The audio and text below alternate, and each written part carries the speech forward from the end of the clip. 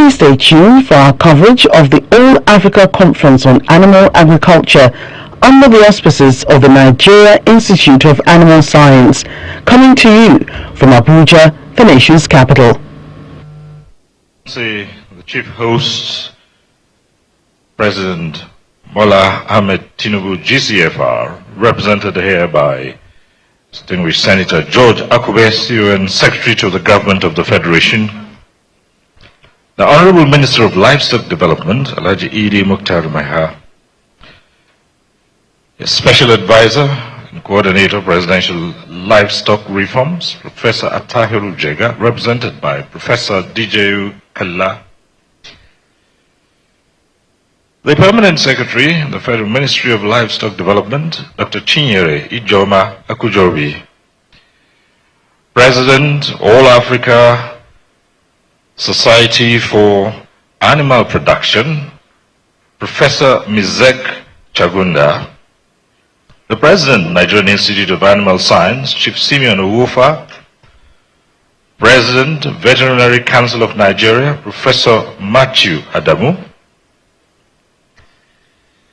the DG of the International Livestock Research Institute, AU Iowa Kenya Coordinator, Resilient African Feed and Fodder System, representative of the United States Department of Agriculture, Dr. Chris Bielek, Director General of the International Livestock Research Institute, National Board for Technology Incubation, Dr. Kolawole Kazim, Country Director, Heifer International, Dr. Likon Tobe, Country Director, Dr. Marcus Wagner of GIZ, the representative of Chiba Animal Health, representative of USEC, President of the Animal Science Association of Nigeria, President, Nigerian Veterinary Medical Association, Registrar of the Nigerian Institute of Animal Science, Registrar, Veterinary Council of Nigeria, Senior Animal Health Superintendent, FAO VPP Project, Secretary, All Africa Society for Animal Production, President, Nigeria Society for Animal Production, Country Director, ILRI, Director, Monogastric and Ruminant Production, Federal Ministry of Livestock Development, the Chief Veterinary Officer of the Federation, National Project Coordinator, LPRES, Dr. Sanusi Abubakar, and let me at this point also acknowledge the presence here of Professor Elias Bogoro, former Executive Secretary of TED Fund, Professor Baba Y. Abubakar, former Executive Secretary of ARCN, Professor Oyedipe, a former Director of NAPRI, as well as Professor Victor Adetumisi, the Vice Chancellor of Edo State University. That's an institution that is carrying out a sheep and goats project. Distinguished delegates from all over Africa, ladies and gentlemen. This is the 9th All Africa Conference on Animal Agriculture 2026 with the theme Repositioning Animal Agriculture for Africa's Food Security and Global Competitiveness. Now, it is estimated that Africa's population would have doubled by 2050. These are scary statistics when viewed against the background of hunger and malnutrition currently ravaging the continent. Now, realizing that crop agriculture alone cannot address this challenge, it becomes imperative to invest in better animal agriculture practices, moving away from traditional to modern systems which promote animal health and sustainable feeds. Today's conference is seen as endorsing the shift from livestock as a rural livelihood to an economic engine that drives a food-secure Africa. My name is Cyril Stover, and I'll be taking you through today's program. Of course, with me, the sign language translators, Shegun Ajayi, who's up here, and Ruth Taiwo, who'd be coming up later. But there is one who would appropriately welcome you formally. So join me now with a warm applause as I invite the Acting President, All Africa Society for Animal Production, Professor Mizek Chagunda, to welcome you to this. Thank you very much.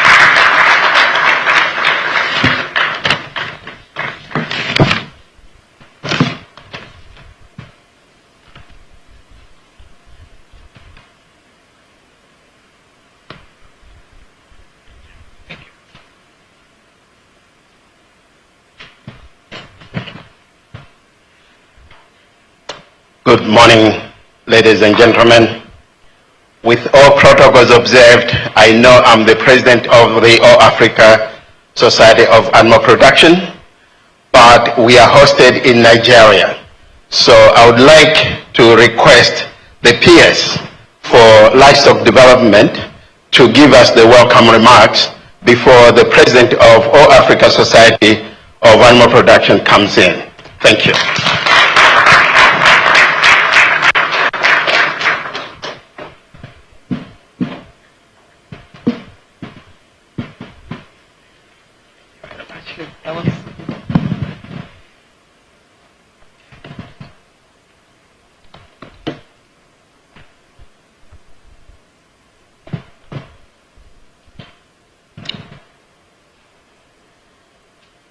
Your Excellency, the President and Commander-in-Chief of the Armed Forces of the Federal Republic of Nigeria, President Bola Ahmed Tinubu, GCFR,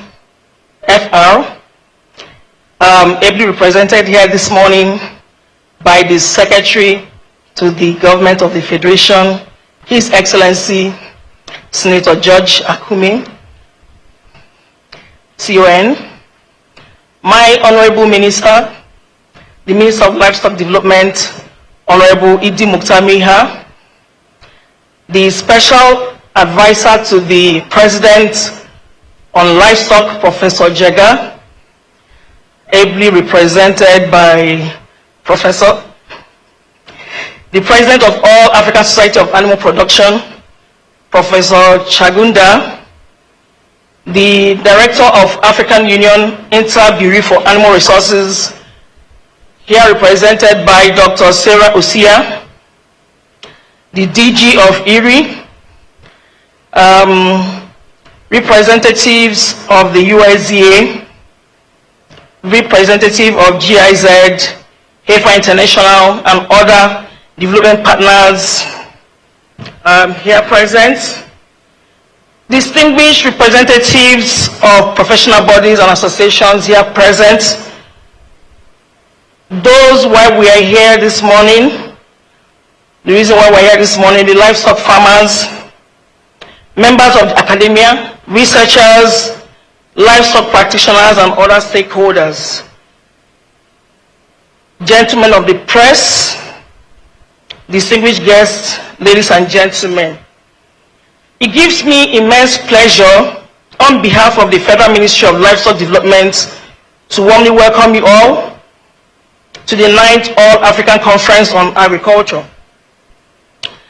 Let me start, Your Excellency, by expressing our profound appreciation to His Excellency President Bola Ahmed Tinubu, GCFR, President and Commander-in-Chief of the Armed Forces of the Federal Republic of Nigeria, for graciously honoring this landmark occasion.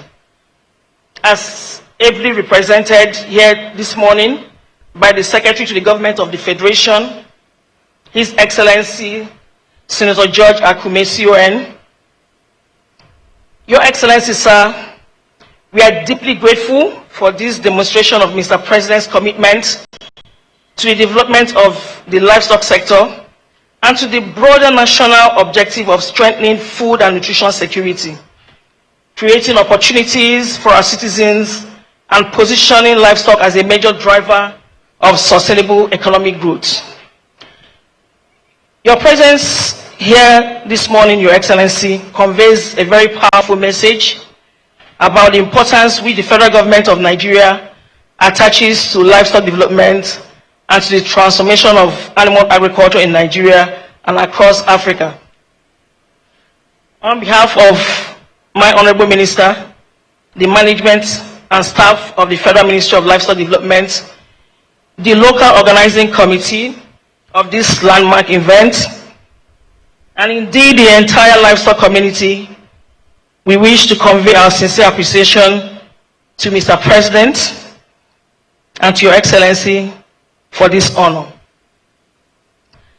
I also want to warmly welcome my Honorable Minister, the Minister of Livestock Development, Honorable Idi Mukhtar Meha, whose leadership continues to strengthen the renewed focus on livestock as a critical component of Nigeria's agricultural transformation.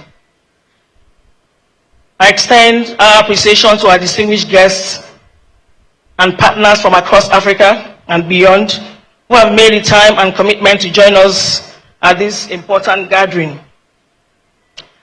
Ladies and gentlemen, the theme of this conference, Repositioning Animal Agriculture for Africa's Food Security and Global Competitiveness, is both timely and compelling. Africa's growing population, changing food systems and climate challenges, and expanding markets make it imperative that we continually examine how animal agriculture can contribute more effectively to food security, livelihoods, economic growth, and the continent's competitiveness.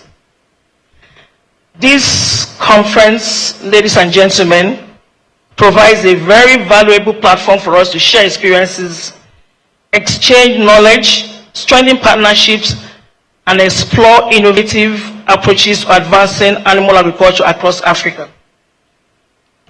I am therefore confident that the presence of such a distinguished gathering of policymakers, researchers, livestock farmers, development partners, professional bodies, and private sector stakeholders will enrich our discussions and generate ideas that can translate into meaningful action.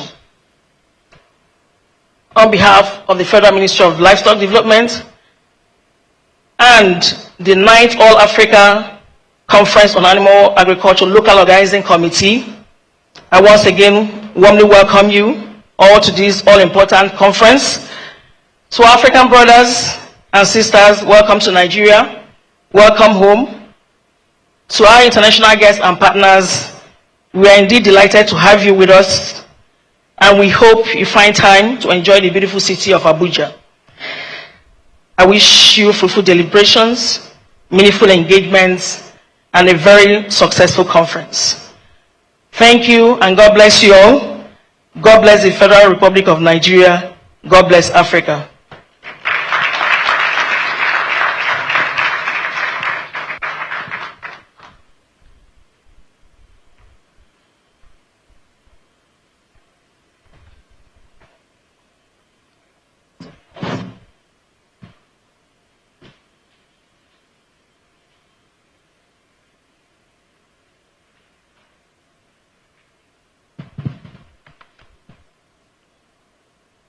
Thank you very much, the Permanent Secretary, Federal Ministry of Livestock Development, Dr. Chinyere Ijoma Akujobi.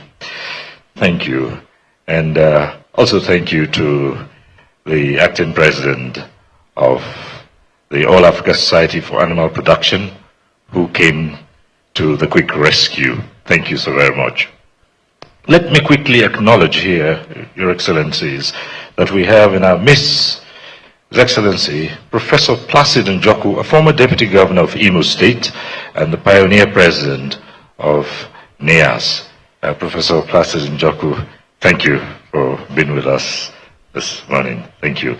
Let me also acknowledge the presence of Dr. Bill Williams Cannon, Chairman Board, Fertilizer Group, USA. Thank you for being here with us.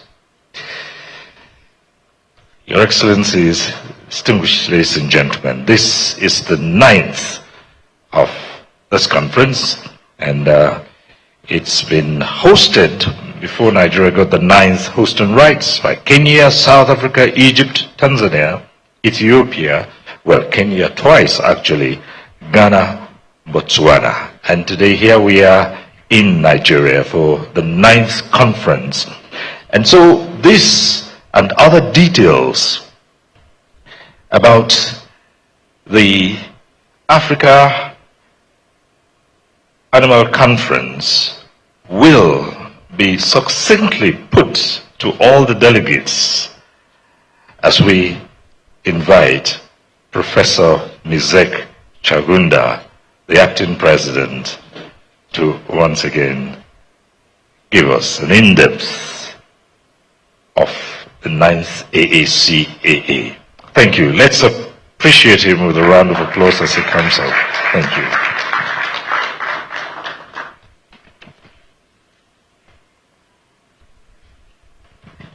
Thank you very much, Mr. Master of Ceremonies. Our chief host, His Excellency the President of the Federal Republic of Nigeria, President Bola Ahmed Tinubu, GCFR, ladies and gentlemen, ably represented here by the Secretary to the Government of the Federal Republic of Nigeria, all protocols observed. I would like to acknowledge the presence of all the dignitaries that we have in the House. So I observe all those protocols. Let me start by adding my own word of welcome to all of you to the 9th All-Africa Conference on Animal Agriculture. As an African myself, and as an African scientist, I would actually bet that, just like many of you, we always look forward to this conference. The All-Africa Conference on Animal Agriculture is more than just a conference. It's almost what footballers in Africa, and I know we all like our football, the way they look to the Africa Cup of Nations tournament. And I'm pretty sure we all also look forward to watching them. But as an animal scientist, the tournament that I look forward to is the All-Africa Conference on Animal Agriculture. As we have done every time that we have had this conference, let us continue to use this conference as a platform, not only just as a meeting, but a conference where, when we listen to those papers and presentations, we start a dialogue. We start a conversation. That is what will reposition livestock agriculture in Africa. Let's use the occasion to legitimize the All-Africa Society of Animal Production, for which I am currently the interim president. Because this identifies the identity of that society. This will make us work together to improve livestock in Africa. If we would try to improve livestock in Africa all by ourselves as individuals, we'll keep doing the same thing that we've been doing before without seeing new results. It's only by working together that we can endure and continue to strengthen the role of livestock in Africa. Talking about endurance, the society is an important reminder and an acknowledgement that we all stand on the shoulders of giants. The farmers in Africa are the giants who are keeping those animals. Let's learn from them. The retired professors, they are not tired. They only put on new tires. Let's learn from them. Our colleagues and even our students, let's learn from them. That's how we will reposition livestock agriculture in Africa. At that point, let me pay tribute to one of the sons of Africa who had a vision to start this conference. Professor Ed Reggie, and others in Kenya were the first to think of a society and also a conference that brings together animal scientists in Africa. It was actually in 1988 that the first idea of holding a regional conference on animal agriculture started. The idea that at first focused on Eastern Africa and then Eastern and Central Africa was conceived by this very small group of members, and then they talked to the members of the Animal Production Society of Kenya,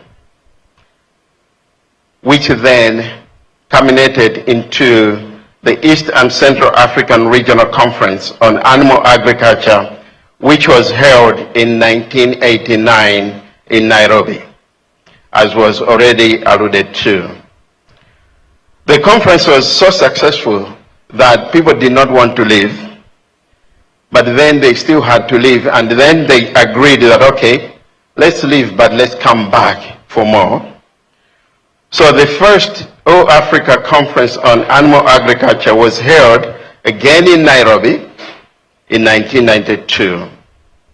It was at that conference that the decision was made that we should be having this conference every 4 years.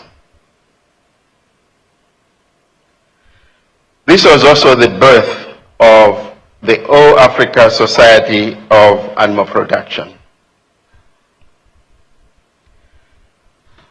With the momentum that was built in Nairobi, the second conference was held in Pretoria, South Africa in 1996.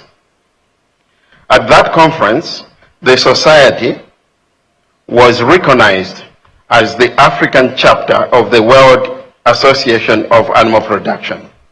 So the society is actually the African chapter of the World Association of Animal Production, which has its offices in Italy, Rome. The third conference was held in Alexandria, in Egypt in the year 2000. The fourth one was held in Arusha, Tanzania in 2005. You will notice that this was 5 years and not 4 years after Egypt. The fifth conference was held in Addis Ababa, Ethiopia in 2010, again 5 years after the other one. There's a reason why that happened. This was because the society was always trying to look for the next host and not have a plan on who is the next and who is the next and who is the next. So you will see that if we don't have a plan, we end up with these slippages. I'll come back to this point, ladies and gentlemen, because it is really important as a society.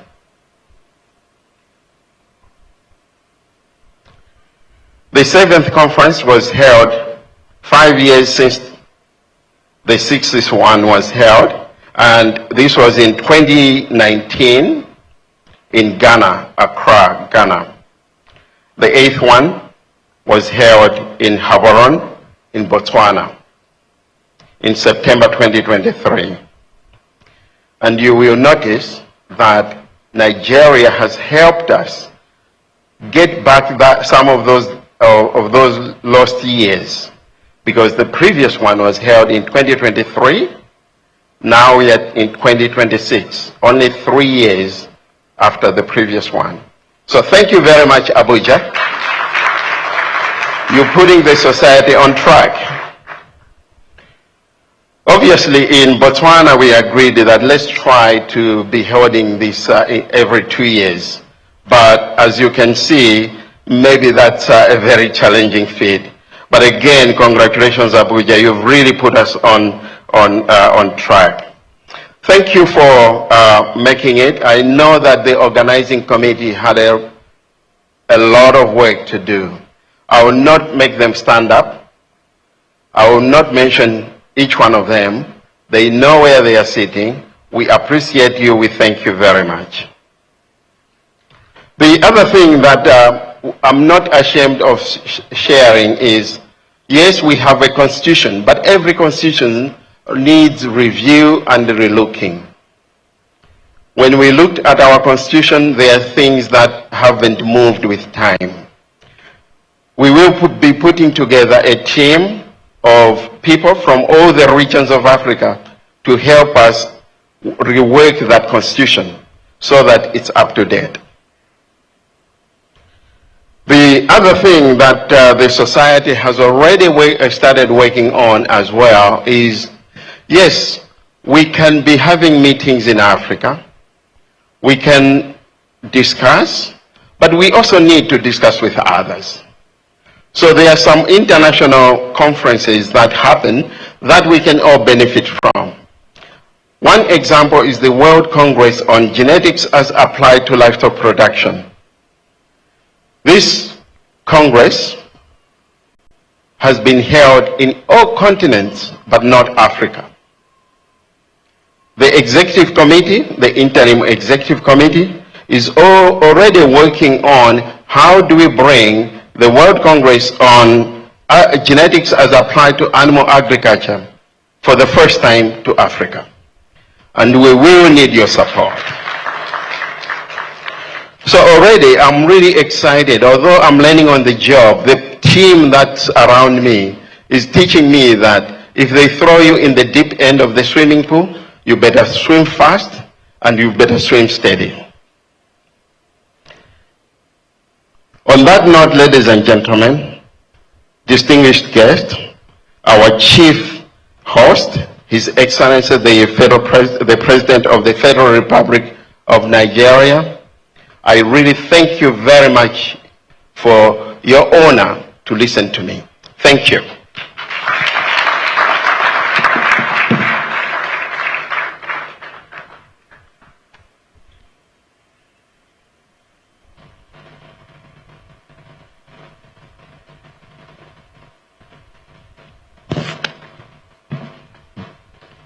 Thank you so very much, Professor Chagunda. May we applaud him one more time?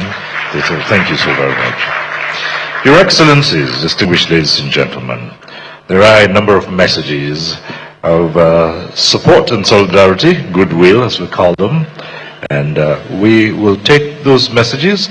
We just like to appeal to those who given the messages competitiveness to keep them brief and to go straight and avoid the temptation of doing a long list of what we call the protocols.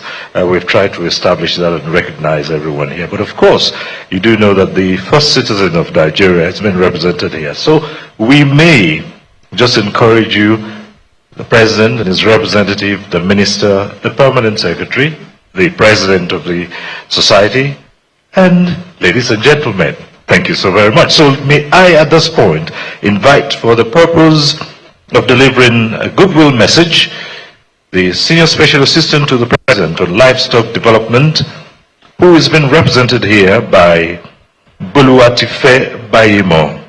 Let's appreciate him as he comes on.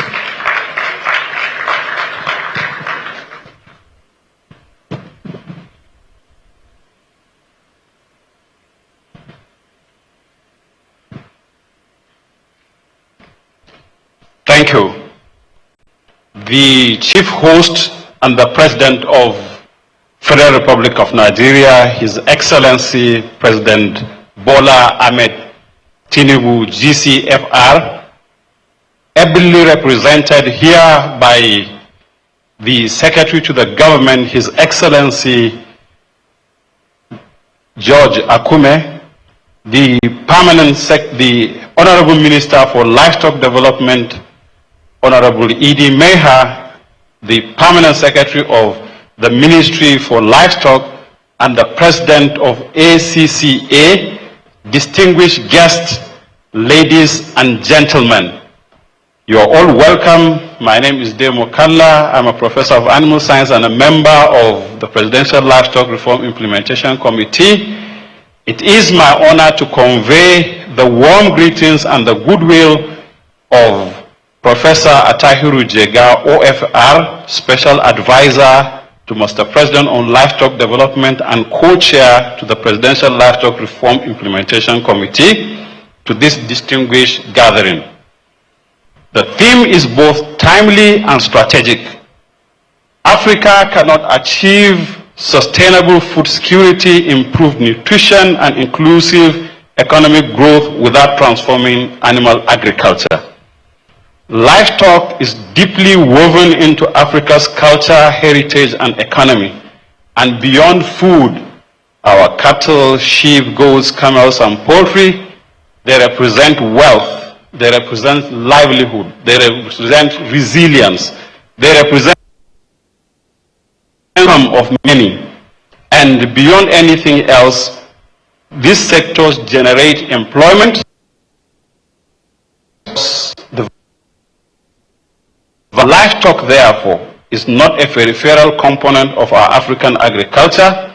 It is the prime mover and the fulcrum of inclusive growth transformation and economic transformation. For us in Nigeria, let me say that this transformation is central, and we must celebrate the transformative leader who has given livestock for the first time in the history of this country a face by giving us a ministry. The President Bola Ahmed Tinubu, the change maker of the livestock sector, not only in Nigeria but in Africa.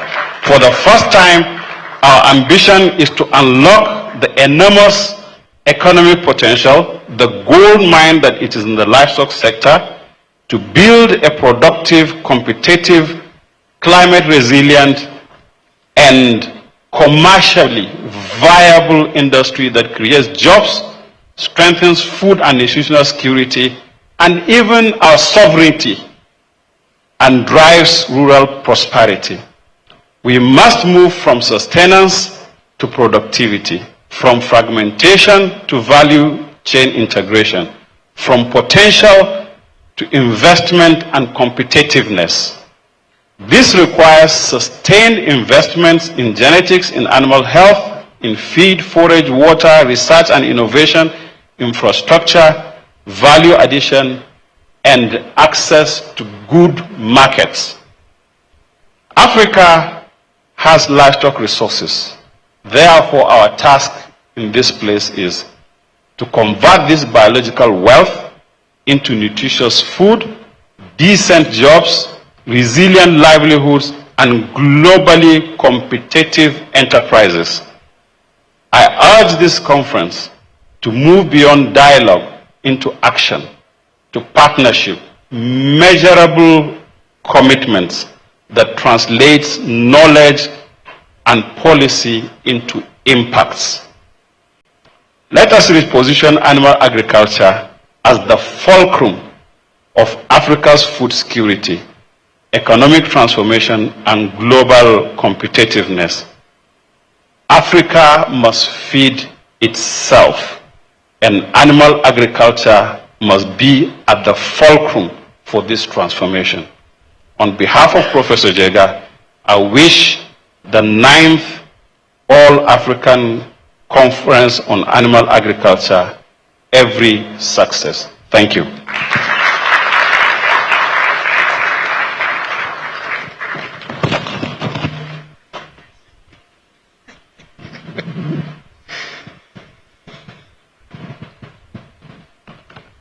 Thank you very much, Professor Nemukalla. Your Excellencies,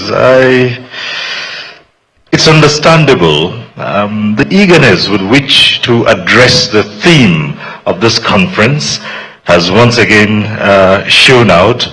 Of course, Professor Kalla is representing Professor Tahiru Jega, who is special advisor to the President, but in the eagerness to address the issues, I think the representative of the senior special assistant to the President, who tarried a while to come up here, and Professor Kalla had to fill in that space. So now let me once again call on Boluwatife Bayimo, who comes to represent the Senior Special Assistant, this time to the President on Livestock Development. Thank you very much. Right.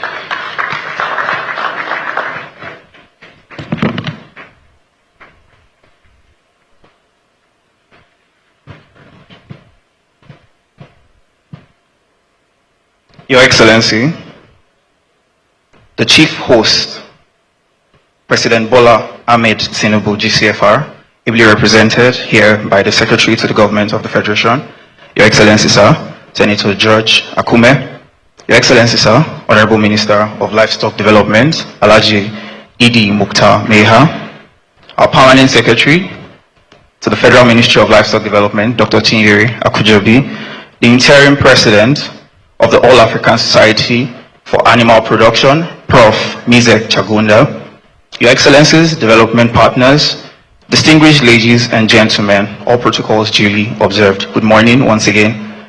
I bring warm greetings from the Senior Special Assistant to the President on Livestock Development, Idris Abiola Ajimobi, who regrets deeply that he is unable to be here today due to other official engagements.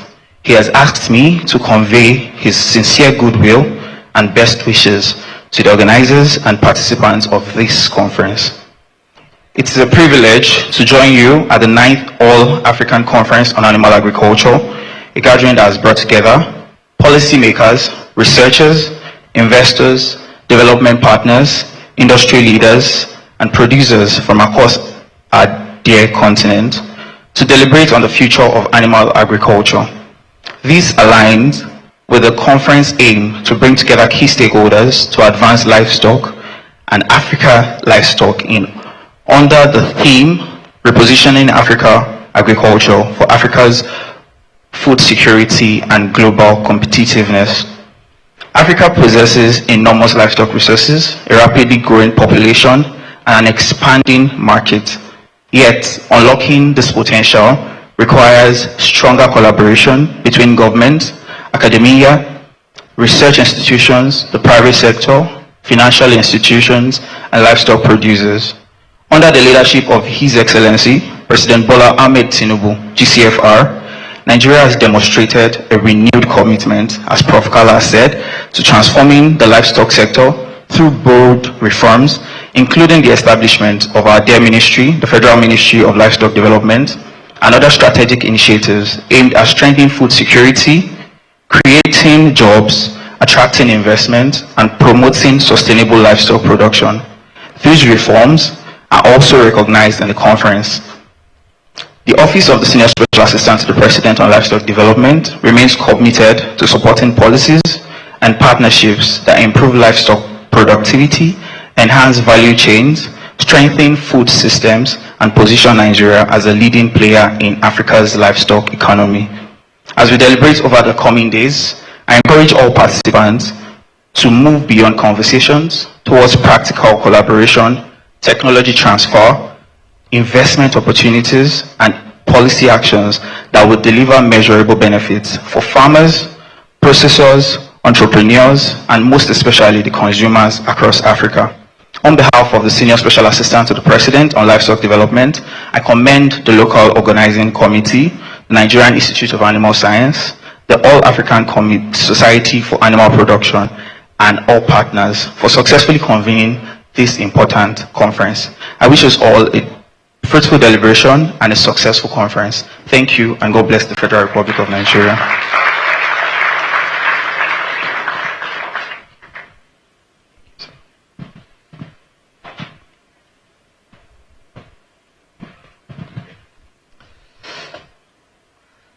Thank you very much. Boluwatife Mbayimo, standing in for the Senior Special Assistant to the President on Livestock Development, Ajimobi. Your Excellencies, distinguished ladies and gentlemen, I have it from the organizers to make another appeal to speakers to keep the messages as brief as possible. We'd like to encourage you to do so within 2 minutes so we can get on with the program. But now, please join me as I invite to deliver his message the USDA representative, Dr. Chris Bilecki. Let's put our hands together for him. Thank you very much.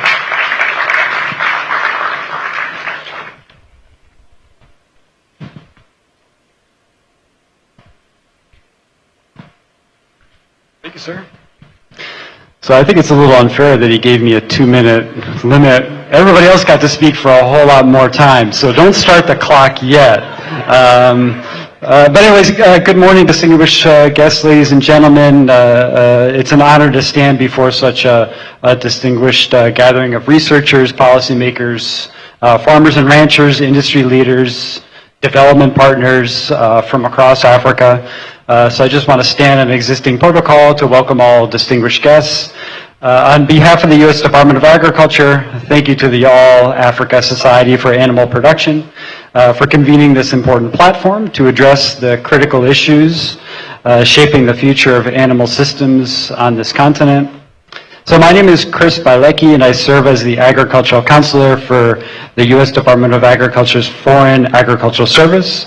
We have offices all around the world in the most important markets, and we have an office in Nigeria. I'm based in the U.S. Consulate in Lagos. I do travel frequently to Abuja, though.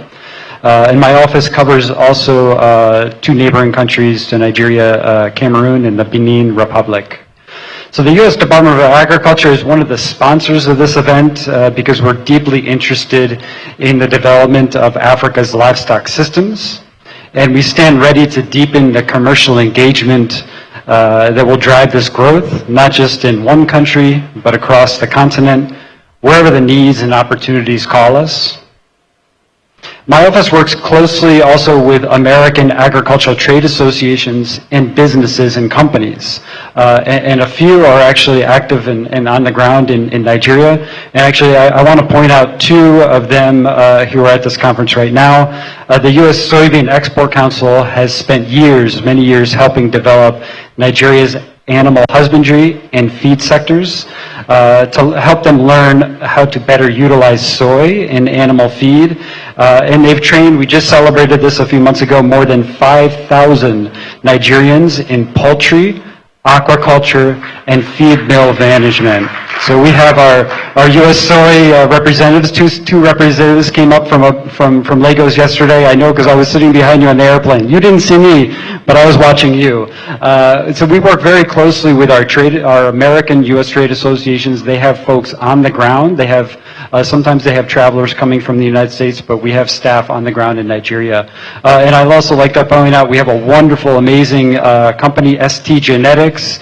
We have 3 representatives representing ST Genetics, which is probably the best genetics company out there in the world. They're based in the United States, and they're here. This is their first visit to Nigeria, so you're welcome.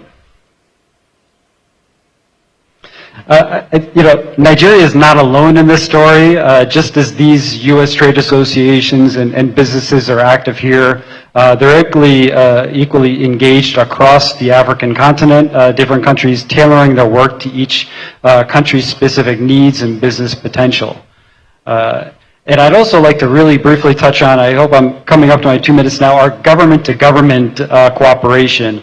And my department, we recently announced a few months ago a $26.1 million investment in Nigeria designed to advance trade and build financial capacity across the animal feed, the poultry, and aquaculture sectors. So I know many of you represent those sectors who are here at this conference. And so before I conclude, I just want to extend a special invitation. We have a USA promotional booth on the exhibition floor at this conference featuring U.S. companies. We have Urus Genetics, Archer Daniels Midland, ST Genetics, and the U.S. Grains and Bioproducts Council.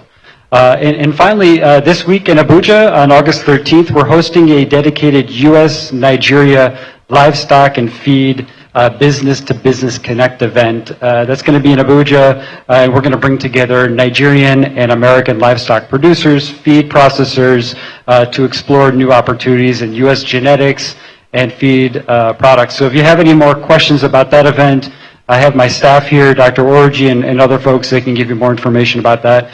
Again, thank you. I wish you all a productive and inspiring conference.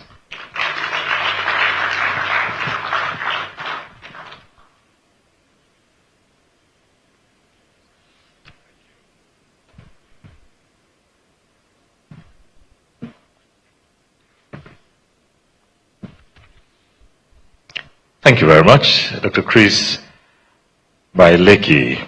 Thank you, the USD representative. Distinguished ladies and gentlemen, let me now quickly invite the FAO representative, Dr. Solomon, to give his goodwill message briefly. 2 minutes, and if you can, less. Thank you.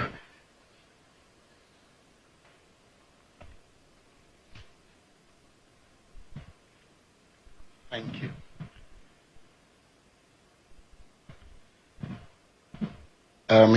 Good morning, His Excellency, the President of the Federal Republic of Nigeria, President Bola Ahmed Tinubu, ably represented by the Secretary to the Government of the Federation, His Excellency Honorable George Akume, the Honorable Minister of Livestock, His Excellency Idi Mukhtar Meha, and the Permanent Secretary of the Ministry of Federal Ministry of Livestock Development, Dr. Chinyere Akujobi. I wish to quickly stand on existing protocol because I've been given 2 minutes to speak. On behalf of the representative of the Food and Agriculture Organization of the United Nations in Nigeria and ECOWAS, Dr. Hussein Gedin, I wish to welcome you all to this conference and to just mention that we are happy to be part of this conference. We know the role of livestock in building sustainable and resilient livelihood cannot be overemphasized, but as we deliberate during this conference, we employ that we focus not only on repositioning animal agriculture for food security and global competitiveness, but we should also incorporate what we mentioned at the FAO as the FAO Blue Transformation Print, which includes better production, better nutrition, better environment, and better life. As we deliberate, let us look holistically into these 4 betters as we engage in productive conversation during this conference.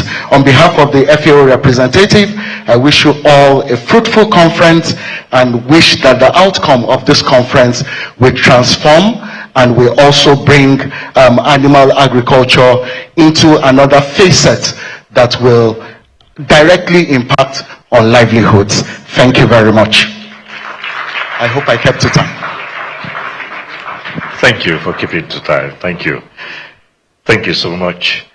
And now, Your Excellencies, for another brief message, let me call on Dr. Lukman Oyedeji of SIVA.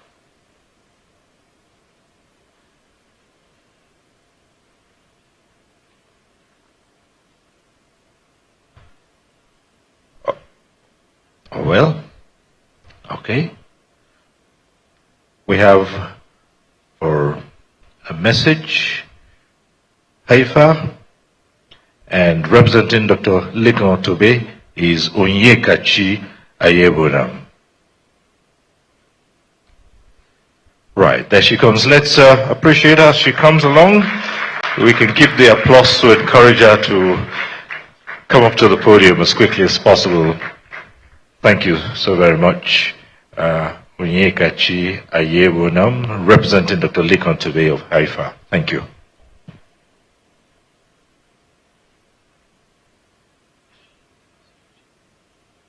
Good morning, all. It's a pleasure to be here.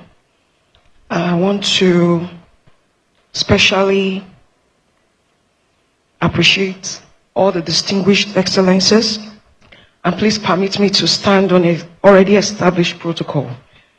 I don't know how to use these 2 minutes, but I want to say that we are gathered together today to underscore a critical reality, the future of Africa's food security. And animal agriculture is not merely an economic activity, it is the lifeblood of millions of smallholder farming families across the continent. At Heifer International Nigeria, our goal is clear: to end hunger and poverty while caring for the earth. Across Nigeria and the African continent, we partner with smallholder farmer and farmer cooperatives, youth innovators, and livestock producers to build inclusive, sustainable, and profitable agricultural value chains. No single organization can transform the animal agriculture landscape alone. Convenings like this conference provide a vital platform for cross-border collaboration, research sharing, and partnerships that can scale sustainable solutions across the continent. On behalf of Heifer International Nigeria, I commend AASAP and the Federal Ministry of Livestock Development, and with special thanks to the Honorable Minister for bringing us together today. We look forward to engaging in actionable discussions that will drive real progress for the livestock industry across Nigeria and Africa as a whole. If you want to learn more about us, because we have been in existence since 1944, and we have proven models that have worked across Africa, the Americas, and Asia, please, we have a booth outside that you can learn more about our work, and we are very open to collaborations. On behalf of the Country Director of Heifer International Nigeria, Dr. Lekon Tobe, I wish you all a productive conference. Thank you, and God bless you.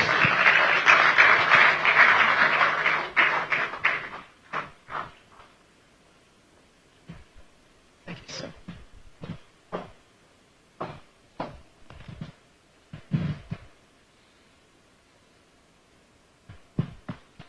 Thank you so very much, Your Excellencies.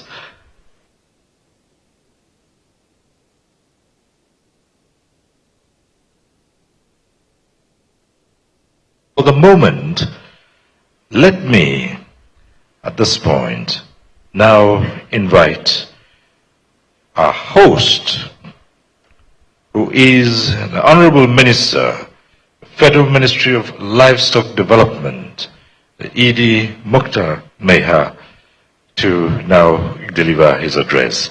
Let's appreciate the Minister as he comes forward. Thank you so very much, Minister.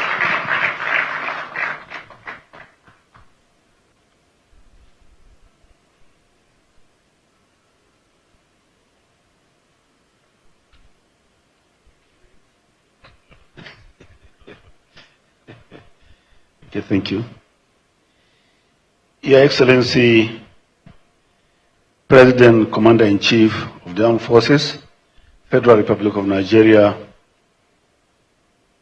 Distinguished Senator Bola Ahmed Tinubu, ably represented by the Secretary to the Government of the Federation, my boss and mentor, my friend and brother,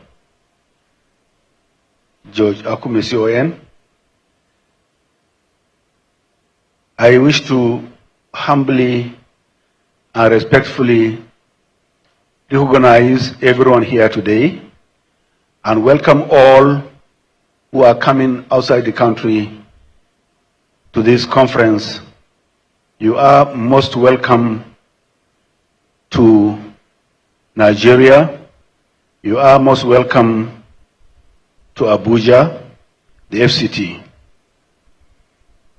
If you are coming from East Africa, I say, Karibune Nyote.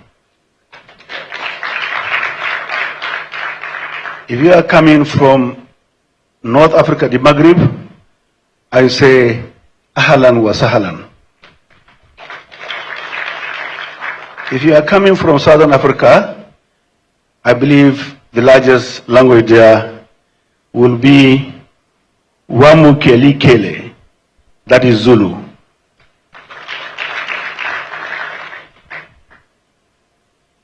Back home, I say Ekabo. Again, I say No, And I also say, and that is especially to my boss, the SGF, Unsu Davan. And last but not least, I say, Barka Dazua. I am highly elated to stand here on the platform of this conference. When this idea was sold to us last year, I imagine it will take maybe a century to get to this date. But I want to commend the effort of all those who have made this happen. At just 2 years in existence, it is a huge achievement for Mr. President to play host to the 9th edition of this conference here in Nigeria. Thank you very much for making us proud. Mr. Cyril, I don't know how many minutes I have. I may never leave the stage because I'm so happy. I have a long speech here that actually captures the moment, but I'm not going to go through all. I may turn the paper to the organizing committee today what do you want to do with it. But I just take the introductory part of it and then the conclusion. For want of time, our chief host is a very, very, very person. We need to listen to him and release him to face state matters. It is both an honor and a privilege to welcome you to Abuja, the capital of the Federal Republic of Nigeria, for the 9th All-African Conference on Animal Agriculture. Nigeria is proud to host this important gathering of Africa's leading scientists, policymakers, private sector leaders, development practitioners, and livestock professionals whose collective expertise continues to shape the future of animal agriculture across the continent. I congratulate All Africa Society for Animal Production for sustaining this conference as one of the continent's foremost platforms for scientific exchange, policy dialogue, and innovation in livestock development. The theme of this year's conference, repositioning animal agriculture for Africa's food security and global competitiveness, is particularly timely. It reflects the urgent need for Africa to transform its livestock sector from one largely characterized by low productivity and fragmented value chains into a global competitive industry that delivers food security, creates wealth, generates employment, and drives sustainable growth. The world today faces unprecedented challenges arising from climate change, population growth, conflicts, emerging African animal diseases, supply chain disruptions, and rising food prices. These challenges are redefining the future of global agriculture and compelling nations to think how food is produced, processed, traded, and consumed. For Africa, these challenges also present a historic opportunity. They invite us to harness our vast natural resources and scientific capacity, our youthful population, and our entrepreneurial energy to build a modern livestock economy capable of meeting the domestic demand while competing successfully in international markets. Africa possesses one of the largest livestock populations in the world. Our continent is home to hundreds of millions of cattle, sheep, goats, camels, and poultry, supported by extensive grazing lands, diverse ecological zones, and indigenous animal genetic resources that have evolved remarkable resilience to harsh climatic conditions. Livestock contributes significantly to agricultural GDP in many African countries and supports the livelihood of millions, hundreds of millions of people, particularly women, youth, and pastoral communities. In Nigeria, we have embraced this new direction with determination. The establishment of the Federal Ministry of Livestock Development by President Bola Ahmed Tinubu GCFR in July 2024 marked a watershed in the history of agricultural development. And this is the first time since the history of the independence of this country. It's a remarkable strategic vision. For the first time, livestock has been given dedicated institutional leadership, reflecting its strategic importance to national food security, economic diversification, rural development, and export promotion. Our ministry is implementing comprehensive reforms through the Nigerian Livestock Growth Acceleration Strategy, a national framework designed to unlock investment, improve productivity, and modernize livestock value chains.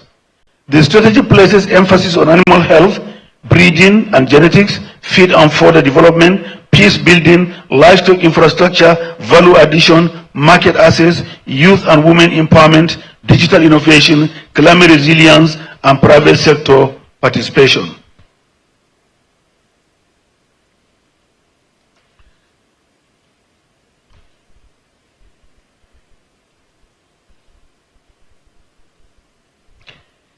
The African Continental Free Trade Agreements, one of the most transformative economic initiatives in our generation. With a market of over 1.5 billion and a combined economic output measured in trillions of dollars, the African Free Trade Agreement provides Africa with an unprecedented opportunity to build integrated livestock value chains that transcend national borders. Instead of competing in isolation, African countries should increasingly cooperate through regional specialization and trade between different economic blocs. By strengthening regional collaboration, harmonizing sanitary and phytosanitary standards, improving cross-border livestock movement, facilitating investment, and reducing trade barriers, Africa can significantly increase inter-African trade while positioning itself as a competitive global market supplier. Your Excellency, distinguished ladies and gentlemen, members of the academia, members of the diplomatic corps, fellow farmers, ranchers, the time has come for Africa to move beyond fragmented interventions towards a coherent continental livestock transformation agenda. Governments must create enabling policies. Research institutions must accelerate innovation. The private sector must invest boldly. Development partners must support scalable programs, while regional organizations must strengthen coordination and policy harmonization. The future of Africa's food systems will depend not only on the crops we cultivate, but equally on the strength of our livestock sector. Repositioning animal agriculture is therefore not an option. It is an imperative for achieving the aspirations of Agenda 2063, the Sustainable Development Goals, and the economic resilience renaissance to which all African nations aspire. As we begin our deliberations over the coming few days, let us seize this opportunity to forge stronger partnerships, deepen scientific collaboration, and mobilize. Be remembered not simply for the quality of its discussions, but for the bold actions it aspires across our continent. Your Excellencies, distinguished ladies and gentlemen, on behalf of 58 million cattle, 120 million sheep, goats, 70 million sheep, 14.3 million pigs, 1.3 million donkeys, 400,000 camels, 600 million poultry birds, I welcome you to the Federal Republic of Nigeria, and I wish you productive deliberations, fruitful networkings, and memorable stay. You are most welcome to Nigeria. Thank you very much.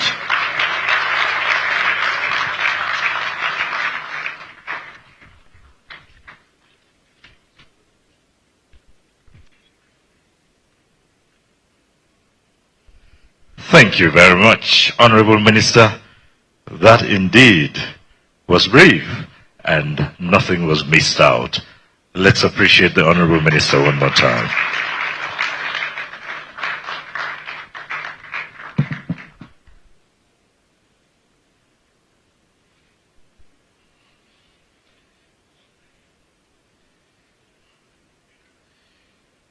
Your Excellencies, distinguished ladies and gentlemen,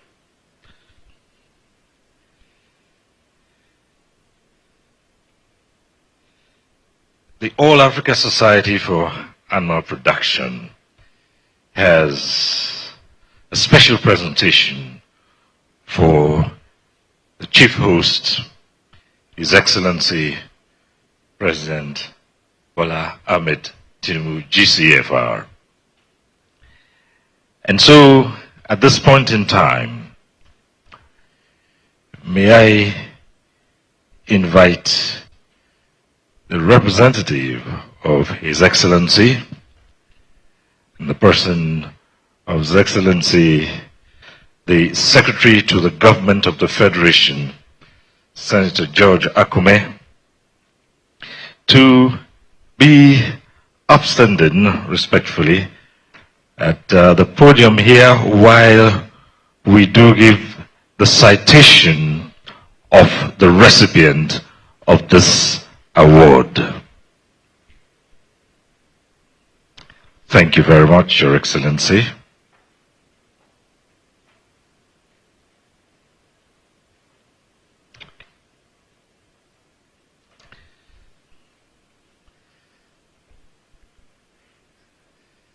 Distinguished ladies and gentlemen, here stands a leader who understood that livestock development is neither pastoral romance nor subsistence residue, but a vector for macroeconomic stability, animal protein security, and the bioclimatic resilience of a continent.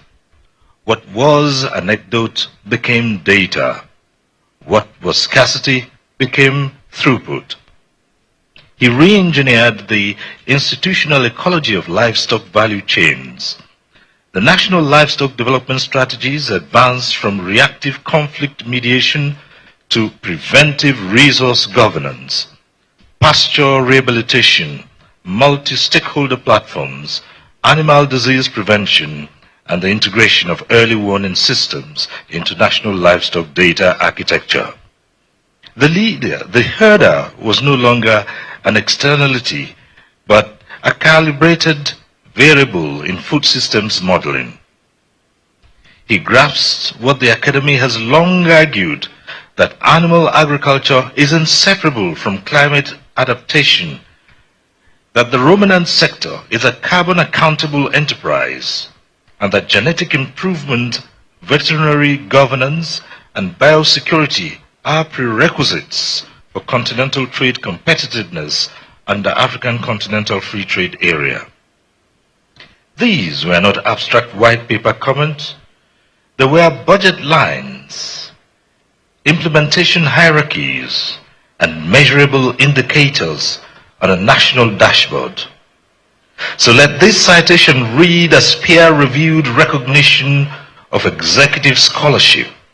His Excellency Bola Ahmed Tinubu, GCFR, Grand Patron of Livestock Development in Africa, Global Ambassador for Animal Agriculture, the statesman who transmuted policy intent into institutional outcomes, transforming livestock from a subsector of subsistence survival into an instrument of sovereign prosperity. The horn sounds across the Sahel. The data streams confirm the hypothesis. The award is justified by the evidence conferred by the All Africa Society for Animal Production at the 9th AACAA Abuja on this day, 10th of August, 2026.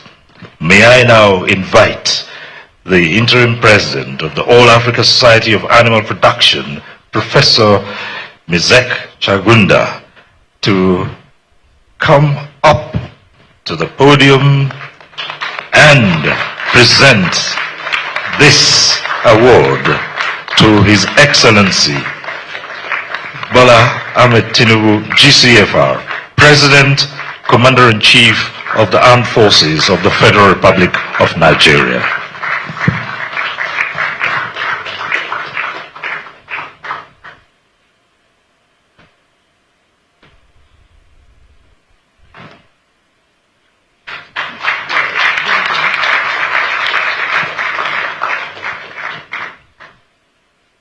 On behalf of the All Africa Society of Animal Production, I accompanied by colleagues who are presidents of different societies, we present this award to His Excellency, our Chief Host, for all the good work he's been doing.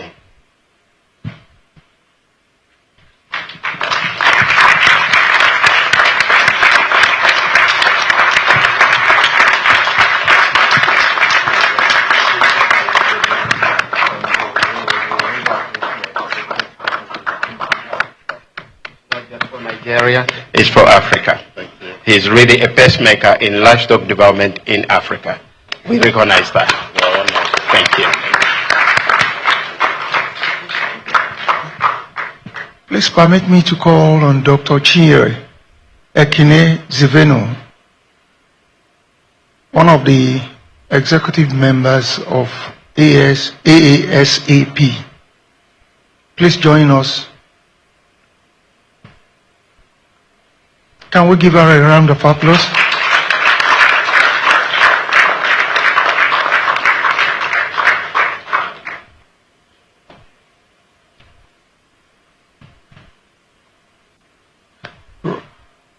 Right, the photographers, you will have to make this as snappy as possible, quickly, for those who are flanking the SGF. Thank you. Just step out of the way.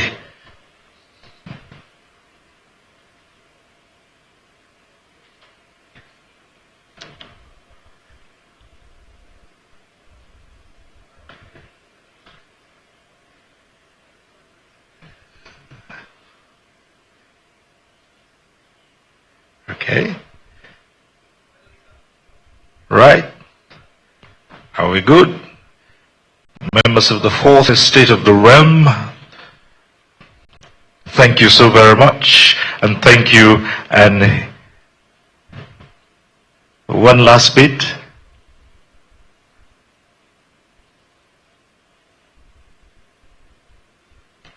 Thank you very much. And now His Excellency will now deliver his address. Thank you as we take our seats. Thank you so very much.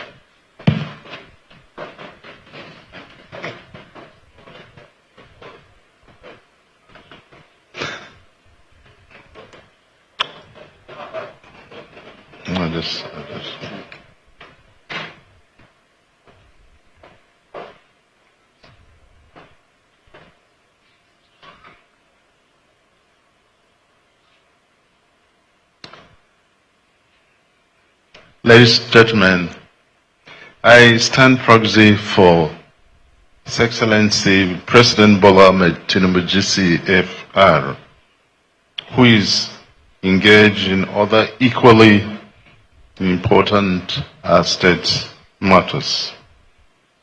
I now read his speech. The Honorable Minister of Animal Development, my very good friend, Honorable Idi Mukhtar, the Permanent Secretary of the Ministry, Dr. Chinyere Ejoma, the Interim President for All Africa Society for Animal Production, Professor Chaguda, our partners, Your Excellencies, invited guests, ladies and gentlemen, I am delighted to welcome you, distinguished delegates, policymakers, scientists, researchers, development partners, investors, private sector leaders, livestock producers, and participants from across Africa and beyond to the 9th All Africa Conference on Animal Agriculture. I thank the organizers for choosing Nigeria to host this very important conference and for recognizing me as Grand Patron and Global Ambassador of Livestock Agriculture. This award is not a personal honor.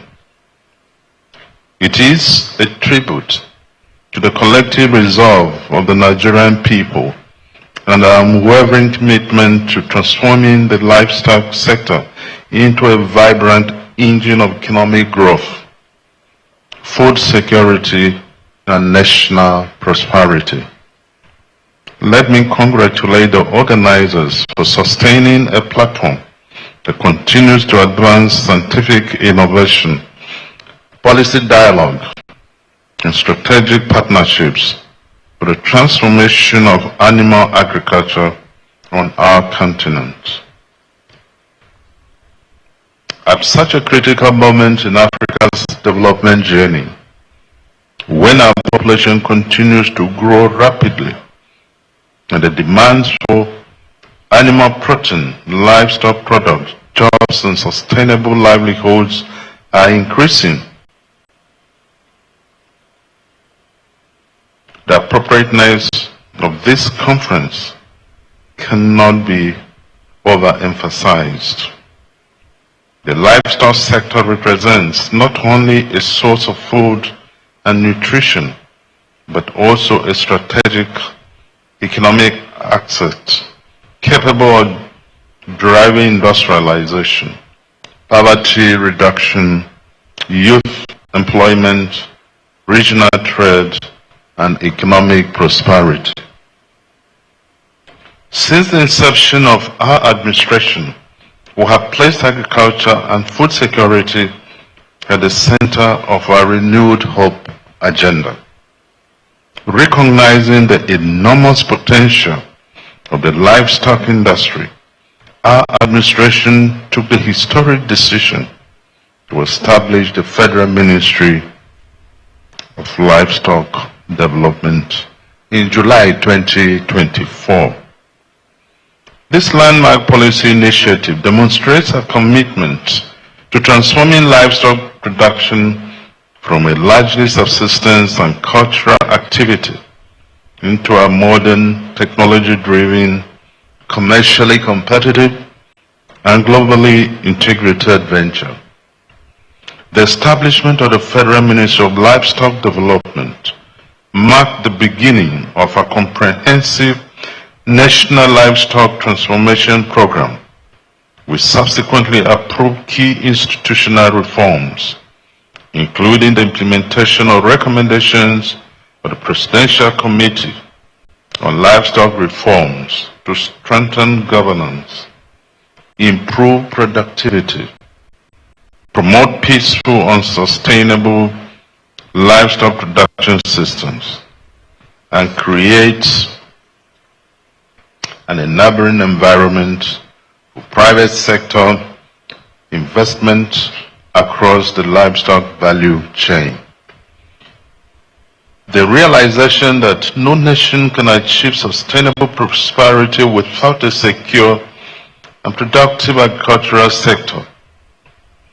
And the livestock development represents one of the greatest untapped opportunities for wealth creation, nutrition, industrial growth, and inclusive economic development across Africa. Continue to shape bold reforms being undertaken by our administration. Distinguished delegates, Nigeria possesses one of the largest livestock populations in Africa, with over 58 million cattle, 68 million sheep, 124 million goats, and 660 million poultry species, supporting livelihoods across the country. The livestock sector is estimated to contribute over $32 billion annually to the national economy and remains a major pillar of our agricultural production, food security, and rural development. Under our administration, several strategic initiatives have been launched to unlock the vast potential of this sector. These include implementing the National Livestock Growth Acceleration Strategy as a framework for unlocking the economic opportunities in the livestock sector.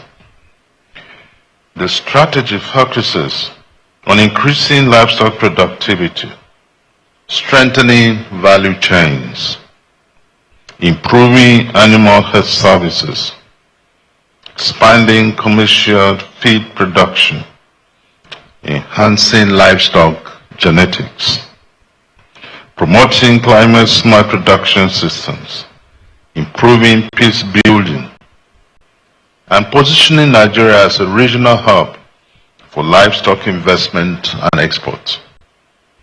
It also focuses on the promotion of ranching and modern livestock production systems to enhance productivity while reducing conflict associated with traditional production systems, strengthening animal breeding, genetics, veterinary services, feed production, disease surveillance, and animal health systems, as well as attracting domestic and foreign investment into dairy meat processing, leather, feed, milling, and livestock infrastructure.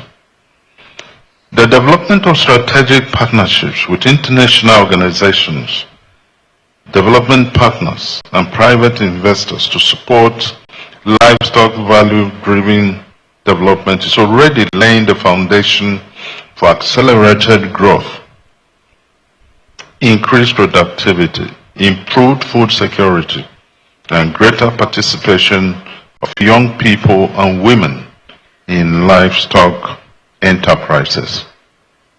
Distinguished participants, as we pursue economic diversification, we must acknowledge that livestock production remains a major driver of national growth. Recent economic performance demonstrates the growing importance of non-oil sectors, including livestock production, in supporting Nigeria's economic resilience and sustainable development. Our national strategy aims to more than double the sector's economic contributions to position Nigeria as a leading hub for livestock production and processing in Africa. Beyond contributing to economic growth, the livestock sector is one of the largest sources of employment opportunities through its divergent value chain, from animal production to feed manufacturing, veterinary services, transportation, processing, marketing, leather production, dairy enterprises, and export activities. Millions of jobs can be created for our growing youth population in Africa.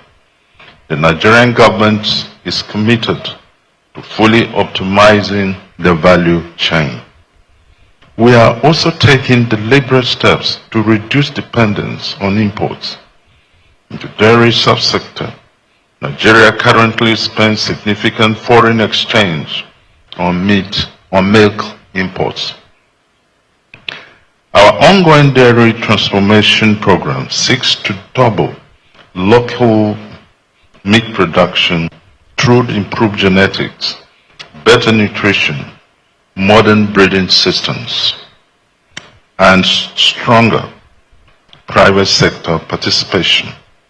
This program is promoting improved breeds, pasture development, commercial feed production, milk collection infrastructure, private dairy investments, and modern processing facilities to increase local milk production substantially, reduce dependence on imports, improve rural incomes, and strengthen national food security. To make livestock production attractive to young people, we are committed to improving access to finance, innovation, digital technologies, value chain development, and private sector partnerships. The aim is to create new opportunities for young men and women to participate meaningfully and purposely across the livestock value chain.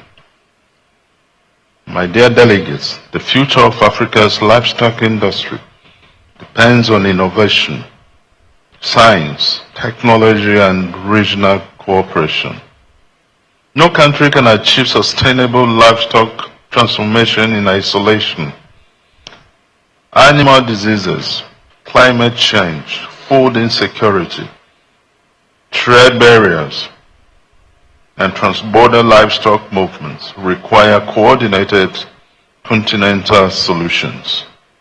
This conviction also informs Nigeria's support for stronger regional collaboration under the African Continental Free Trade Area, where livestock and livestock products present immense opportunities for intra-African trade, investment, and industrialization.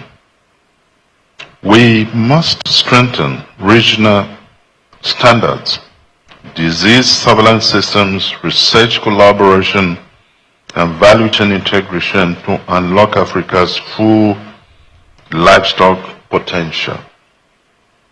This conference, therefore, provides a unique opportunity to deepen collaboration among African nations in the areas of animal health and disease control, climate-smart livestock production, livestock genetics, and breed improvement, regional trade and market integration, youth and women empowerment, research and innovation, as well as investment and value chain development. I encourage participants to utilize this conference to generate practical recommendations that will produce Africa's livestock agenda and contribute meaningfully to the objectives of the African Union's Agenda 2063. Let us chart a resilient path for a livestock production revolution in our continent. Endear the hearts of younger generations to the sector and stimulate sustainable development. I assure you of Nigeria's readiness to work with all African countries, development partners, research institutions, and the private sector to build a livestock industry that is productive, sustainable, profitable, and globally competitive. Nigeria remains committed to providing leadership in this transformation. We shall continue to invest in policies that promote innovation, encourage responsible private sector participation, strengthen research institutions, empower farmers and pastoralists, and create an enabling environment where livestock production can thrive as a major driver of economic growth and food security across our continent. Together, we can transform Africa from a continent with enormous livestock potential into a global leader in livestock production. I commend the All Africa Conference on Animal Agriculture for its enduring contributions to livestock development across the continent. It is therefore my honor and privilege to formally declare the 9th All Africa Conference on Animal Agriculture officially open. I wish you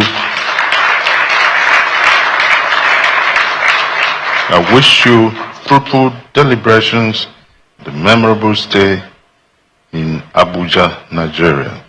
Thank you. God bless the Federal Republic of Nigeria, and God bless Africa.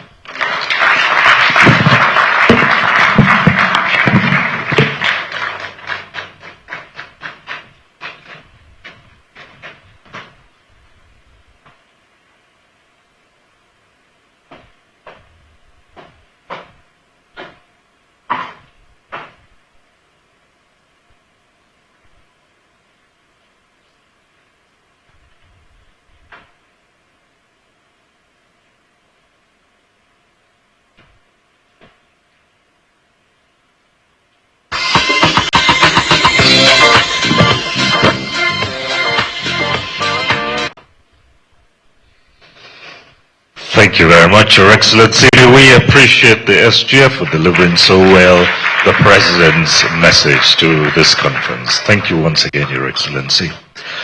And now, distinguished ladies and gentlemen, the keynote 1 is Innovating Africa's Livestock Systems for Resilience, Food Security, and Global Competitiveness. The keynote is by Professor Akume Jikeng, Director General, International Livestock Research Institute, Kenya. And today, the DG's representative is Dr. Anu Frank Lawali. Let's put our hands together as I call him Dr. Anu Frank Lawali to now deliver the keynote. Professor Jikeng is the 4th Director General of the International Livestock Research Institute. He is a global science innovation and partnerships leader with focus on agricultural development, human health, animal health, and environmental health. Professor Jikeng was director of the Center for Tropical Livestock Genetics and Health, based at the Roslin Institute, and he was chair for Tropical Agriculture and Sustainable Development at the University of Edinburgh, Scotland, United Kingdom. He has over 2 decades experience in research management and institutional development. He is a professor at the University of Edinburgh. He is an honorary fellow at the Scotland's Rural College and a distinguished professor at the University of South Africa. He is also an honorary professor at the University of Queensland Centre for Animal Science, Australia. He has served on numerous science advisory and philanthropy boards. Professor Jikeng has received significant awards, including the 2020 Nelson Mandela Peace Award, recognition by the Decade of Health 2021 campaign as one of the 10 people in the United Kingdom changing health. Professor Jikeng completed BSc and MSc in Animal Biology and Physiology, University of Yaoundé, Cameroon. He has a PhD in Biochemistry and Parasitology at the Brunel University, United Kingdom. He also holds a postdoctoral fellowship in genomics and infectious diseases at the Yale University School of Medicine, United States of America. Good morning, everybody. I'm not Professor Jikeng. It's a pleasure and an honor to be here today. I stand on existing protocols. It's a really high protocol list, and so I stand on that. Today I was working with our professor from Edinburgh and Roslyn. I'm here to talk about integrating livestock systems for resilient food security. Right, if you don't mind, I'd like to walk around the stage because it just feels a bit constricted, but that's okay. Right, so I want to start with a question, or maybe even a statement. Africa does not have an innovation problem. Pretty simple. In this room here today, we have scientists. We do not have a shortage of brilliant scientists. I want you to cast your mind in every research institute on the planet. I want you to think about every invention. Think about NASA. Think about the USDA. Think about the chicken that lands on your plate. There are people in this room who are actually responsible for 50% of the global production of poultry. There's a representative here that is responsible for all the milk produced in the UK, Northern Ireland. There are people here who've worked in Australia, New Zealand, the US. We do not have a shortage of brilliant scientists. At ILRI today, you can take a sample from a pig, skin sample, you can re-engineer it into a germ stem cell. We can take tissue samples from anybody in this room, if, what the word I'm looking for, if it's illegal. So let's leave humans out of it. We actually gene edit animals in ILRI today, and that is just one part of a tiny part of Africa. Our continent is large. Our scientists are brilliant. So what if there are millions and millions of livestock today that still operate below their genetic potential, or actually they're below their potential as a whole? So perhaps the challenge before us today is not simply how to innovate, or maybe innovate more. Perhaps the challenge is how to make innovation matter. The question is whether we can turn innovation into impact at the scale that our continent deserves, at the scale that our continent demands, and at the scale that our continent desires. Incidentally, that's a pencil. Can anybody in this room guess when the pencil was invented? Quick question. Anyone? No? That's a pencil. That hasn't changed its innovation since the 1500s. And yet we're still using it today. Do we have an innovation problem? I think not. So my hypothesis is we've got to go from innovation to impact. And by impact, how do we define impact on the stage today in this conference? I define impact as resilience, food security, and global competitiveness. And so here's our road to impact. Science, application, scale, then we have resilience and competitiveness. There are 1.59 to 1.58 billion people in Africa. Just take that in for a second. Now, everyone knows about the developmental challenges. Okay, so we've got rapid population growth. So by 2050, there'll be 2.5 billion people living on our continent. Right? By 2100, some of our grandchildren will still be here, God willing. There'll be 4.5 billion people living on this continent. We got urbanization rising, right? We got demographic shifts to urban areas, climate change, natural resource degradation. This is our developmental challenge. But I'm going to ask you to reimagine this. I want you to reimagine this as a growing market and a business opportunity. Can you imagine how much it will take to feed 2.5 billion people? 1 meal a day, 2 meals a day, 3 meals a day?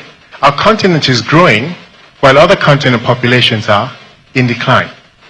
So think about 2.5 billion people. Think about nappies, clothes, school books, and they keep increasing. Jobs.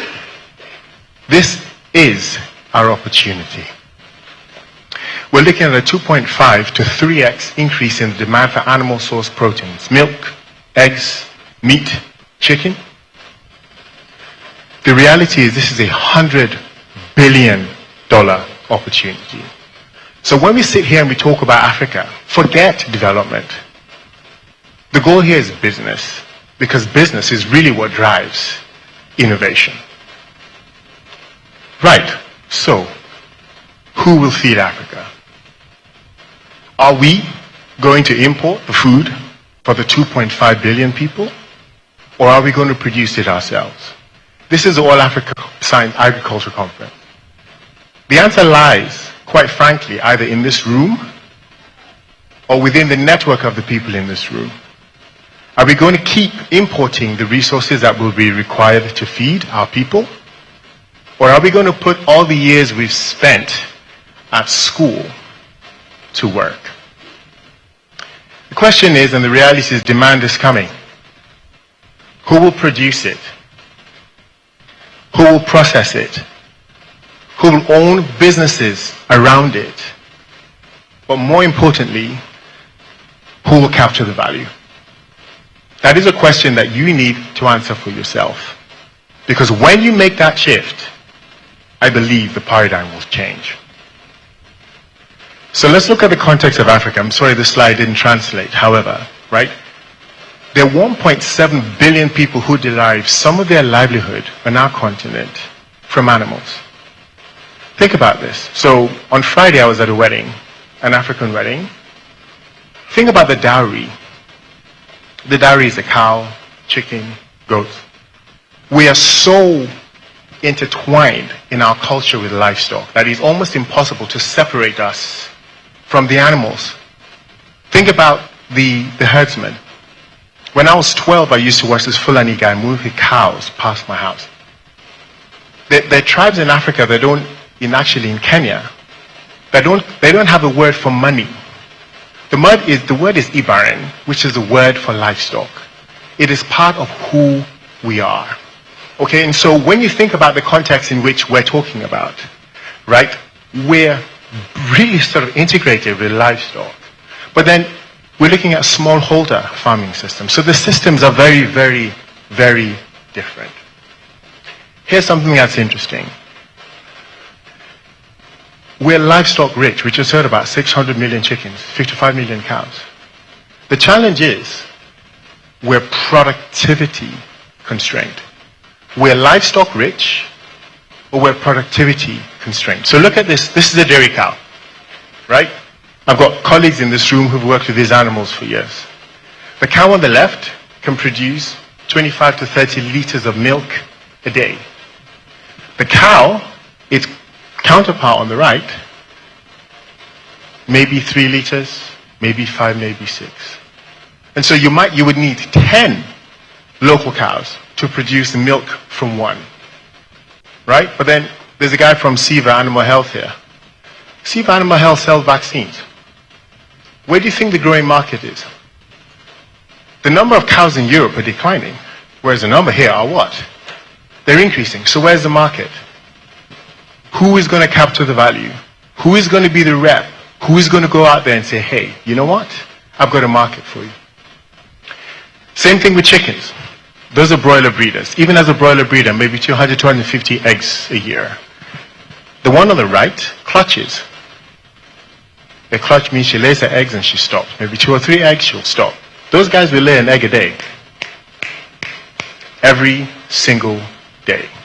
We don't have a livestock problem. We have a livestock optimization probability potential. So, the road from innovation to impact. You see, something actually happens or fails to happen between the science that we talk about and the farmer. So this is our focus. We're scientists. We do science. At IL, we talk about it all the time. We do science. But the investment, the goal of science is what? The goal of science are the lives of the people that we serve, our mothers, our fathers, our brothers, our sisters, our uncles.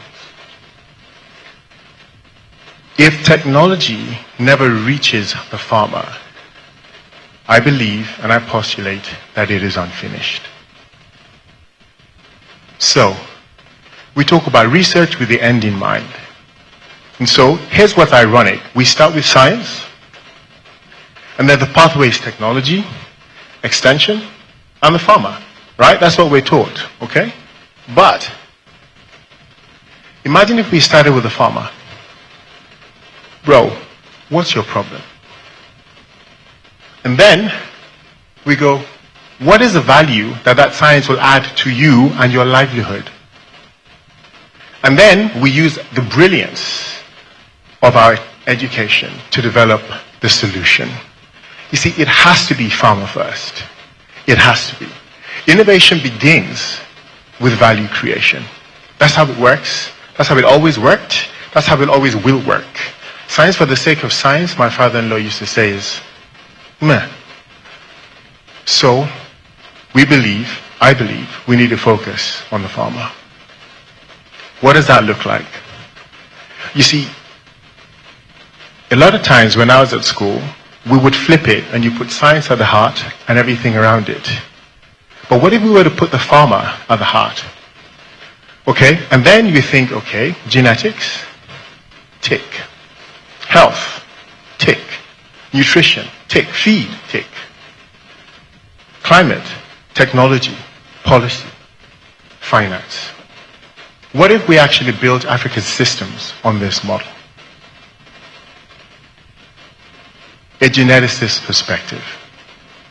Right, wrong, or indifferent, I'm a geneticist, I'm an animal breeder.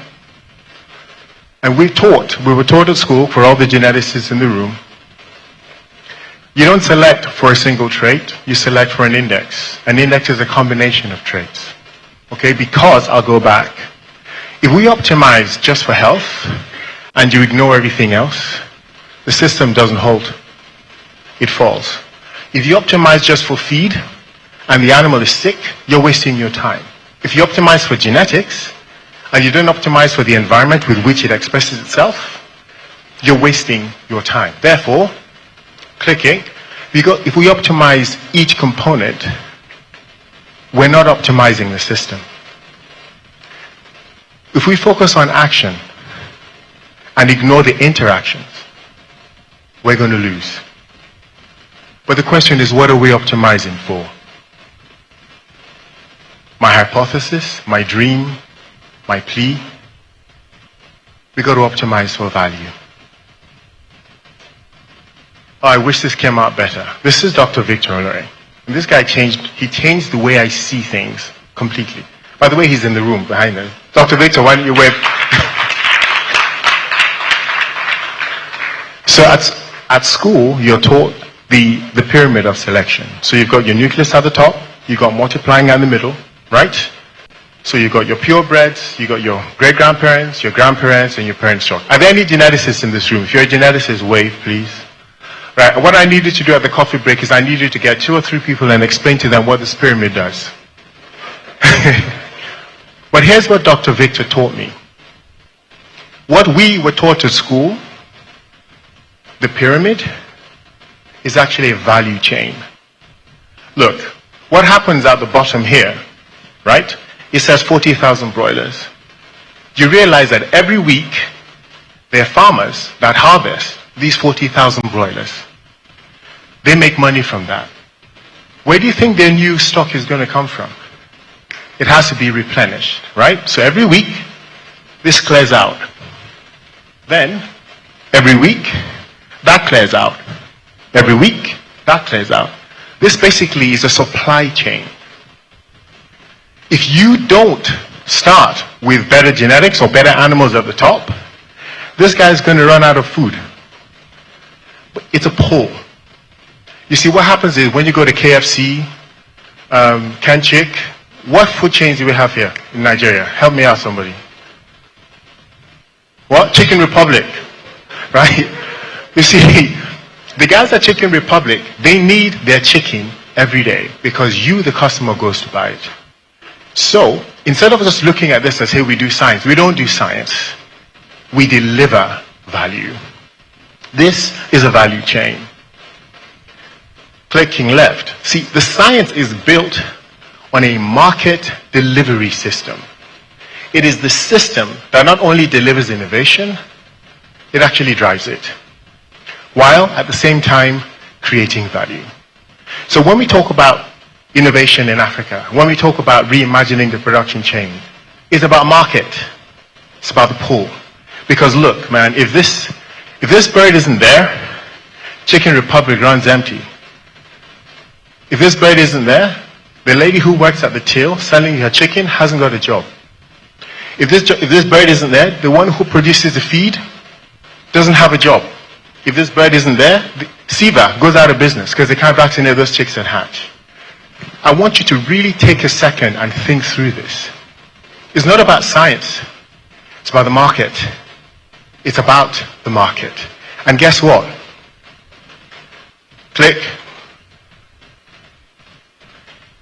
But, sorry, technology. See, you guys are your innovation in Nigeria.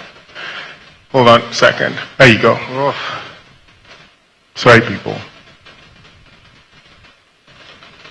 This is how technology fails to deliver for me. One more. All right, okay. It's about the market, and it's in every value chain. So let's look at milk. ST Genetics are here, right? They sell maybe bull semen. The reason they sell bull semen is because somebody needs milk. Why? Because at a certain age, the cow stops producing milk and she needs to replace herself. It's about the female replacements. Eggs. We just talked about chicken. It's the same with eggs. Every week, every 56 weeks or so, you empty that hen house, you need to replace it. Let's look at suya, for instance. You realize that in the beef value chain in developed economies, it's the same pull system. It's all about creating value within the value chain. So, really, science is built on a market delivery system. It is the system that not only delivers innovation, it drives it. One, a successful system must create value and distribute enough of that value across its actors to give every actor a reason to participate in tomorrow. Lastly, a livestock system that creates enormous value but leaves the primarily producer poor, that is a farmer, is not a successful system.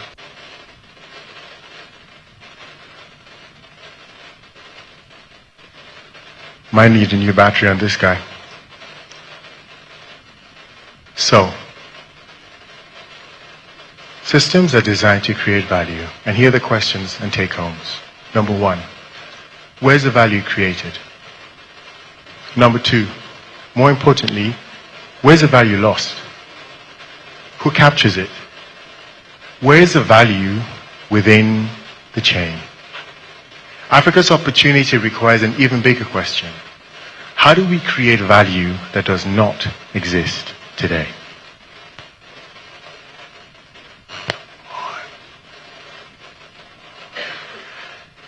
At AORI, one of the things we're dealing with, that we're thinking about, is putting money in the pocket of the farmer by growing the pie through creating and scaling tangible economic value. So right now I'm responsible for a $27 million investment. The goal here is within 3 to 5 years, we will want to 3x, 2x, 5x that investment. How? By creating value. See, what if we approached livestock innovation with the ambition that every dollar invested should unlock $3, $5, possibly even $10 of economic and social value? What if that was our ambition? Now, come on. 1 second, I'm sorry.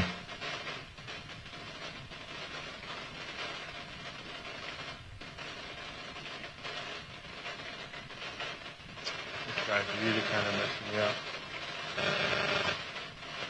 Sorry, we've got technology glitches here. Who's got the computer? We're going back and forth. It's coming to the end of my presentation. 1 second.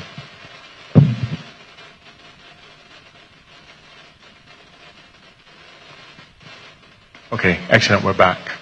Now we no longer simply fund projects, we're building an economic engine. So we got innovation, the investment, impact, value, reinvestment, and innovation. In my opinion, that is the true definition of resilience. So,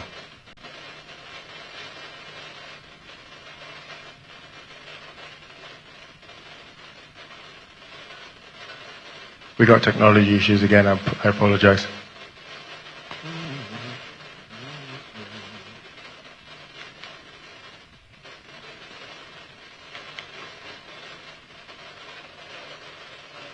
Might have to freestyle this to the end. Okay. Sorry. Where is it? As though there. Okay, sorry, it's my fault. The user error. So a resilient livestock system is one that continues creating value when conditions change. So in terms of biology, we think about the adaptation of animals, maybe climate change, heat tolerance, etc. Think about the climate, the economic value, and the system. The ability to keep creating value. So, from innovation to impact. Can the system keep creating value? Food security. Can it reliably create affordable nutritional value? Competitiveness. Can it create value efficiently enough to compete? So, would it be cheaper to produce here or cheaper to import? These are some of the questions that we as scientists need to help answer. At AORI, we're changing how we think about our science. Our responsibility cannot end when the science works. we're increasingly asking the following questions at the beginning of each process. Who needs this? What problem does it solve? What value will it create? Who will invest? Who will deliver it? And what will it allow? What would be true to make this continue beyond the end of this scientific research?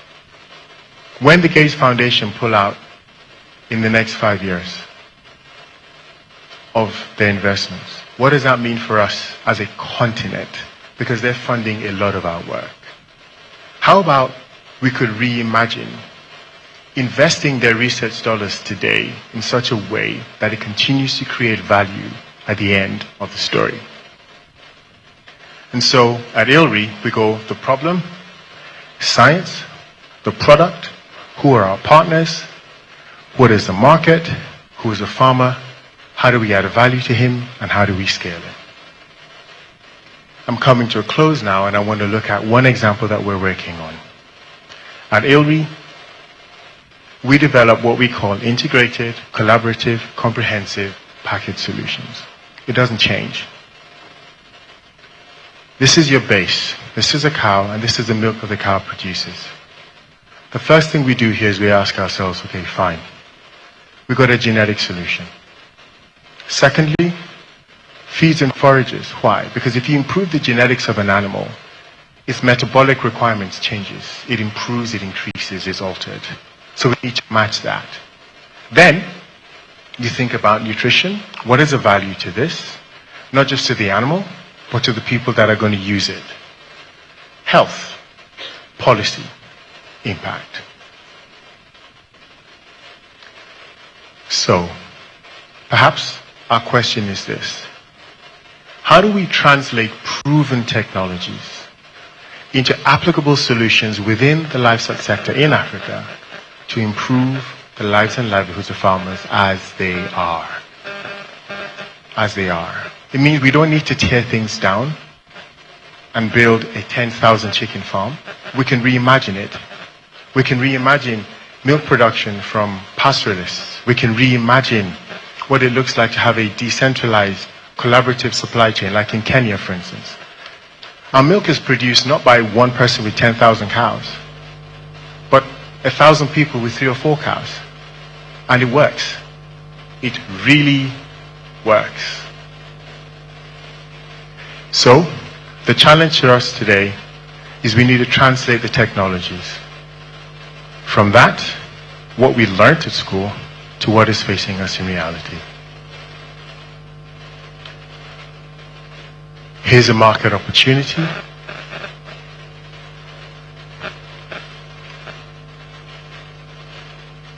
$100 billion. Where would you be? Thank you.